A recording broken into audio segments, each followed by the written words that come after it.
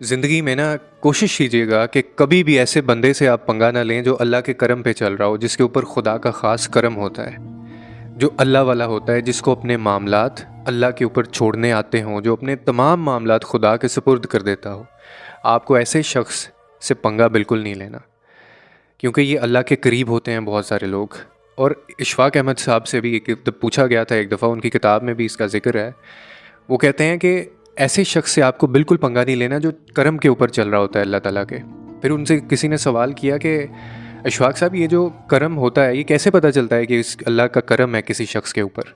तो आगे से आपने फरमाया कि इसका तो कोई फार्मूला नहीं है कि अल्लाह का करम किन लोगों के ऊपर होता है या कौन लोग करम वाले होते हैं, लेकिन हाँ, मैंने जो मुशाहिदा किया है वो कहते हैं कि मैं वो आपके सामने रख देता हूँ यानी मैंने जिस को भी देखा है जो करम वाला था, जिसको मैंने करम वाला पाया, उनकी मैं कुछ निशानियां आपको बता देता हूँ। ऐसे लोगों से आपने कभी पंगा नहीं लेना, ऐसे लोगों को कभी आपने तंग नहीं करना, बिला वजह उनको तकलीफ़ अजियत नहीं देनी आपने, क्योंकि इनका डायरेक्ट अल्लाह के साथ ताल्लुक़ होता है। अब उन्होंने कहा वो कौन सी ऐसी चीज़ें थीं? आपने कहा कि जब भी मैंने कोई ऐसा बंदा देखा जिसके ऊपर रब का अल्लाह का करम था, मैंने उसको आजिज़ पाया हमेशा। पूरी अकल होने के बावजूद बहुत सीधा सा बंदा, कभी यानी अपने आप को वो इतना स्मार्ट नहीं समझेगा, बिल्कुल सीधा साधा होगा और अपनी अकल को इस्तेमाल ज़रूर करेगा, लेकिन अपने आप को समझेगा नहीं कि मुझे सब कुछ पता है। नहीं, बहुत ज़्यादा तेज़ी नहीं दिखाएगा, फिर उलझेगा नहीं मामलात के अंदर, आपको रास्ता दे देगा, कभी अड़ेगा नहीं आपके आगे। गुस्से में आप ऐसे बंदे को कभी नहीं देखेंगे, अगर गुस्सा आएगा भी तो पी जाएगा। ऐसे लोगों पे अल्लाह का करम होता है। फिर कहने लगे कि इखलास वाला होगा, गलती को मान लेगा, कभी अपनी बात पे अड़ेगा नहीं, मुखलिस आपको होगा, हमेशा रिश्ते निभाने वाला होगा, झूठ नहीं बोलता होगा, हमेशा सरेंडर करने पे यकीन रखता होगा, अना का मसला कभी नहीं बनाएगा।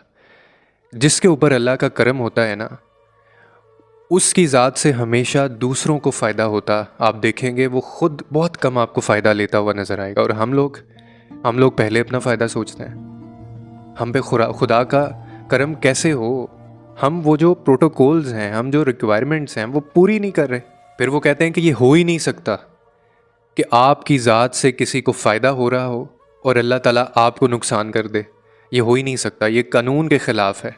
कानून कुदरत जो है ना, ये उसके ख़िलाफ़ है, और खुदा अपने कही बात या अपने कानून के कभी ख़िलाफ़ नहीं जाता। ऐसे लोगों के ऊपर खुदा का करम होता है और ऐसे लोगों से आपको डरना चाहिए, क्योंकि ऐसे लोगों के वकील जो होते हैं ना, वो लोग नहीं होते, खुदा खुद होता है। इशफाक साहब कहते हैं कि मैंने करम वाला जो बंदा होता है ना, मैंने उसको हमेशा एहसान करते देखा है। उसका दर्जन जो है ना वो 13 का होता है, 12 का नहीं होता। हमेशा अपने हक से ज़्यादा देते हुए देखा उसको, क्योंकि अल्लाह के साथ ताल्लुक़ मजबूत है ना। तो अल्लाह जब देने पे आता है, उसकी जो शान है उस तक तो हम नहीं पहुंच सकते, लेकिन जो अल्लाह को मानने वाला होगा, जिसके ऊपर अल्लाह का करम होगा, वो भी खुले दिल का मालिक होगा। तो इसीलिए अगर आप भी चाहते हैं कि आपके ऊपर भी खुदा का करम हो, तो आपको भी अपना जो दर्जन है ना वो 12 का नहीं 13 का करना पड़ेगा। आपको भी अपने हक से थोड़ा ज़्यादा देना पड़ेगा, आपको भी कमिटमेंट से थोड़ा ज़्यादा करना पड़ेगा। फिर देखें आपके ऊपर खुदा का करम कैसा होता है। और अगर आप ये हिसाब किताब में पड़े रहेंगे तो हिसाब के साथ चलेंगे तो हिसाब ही लिया जाएगा और हिसाब ही होगा।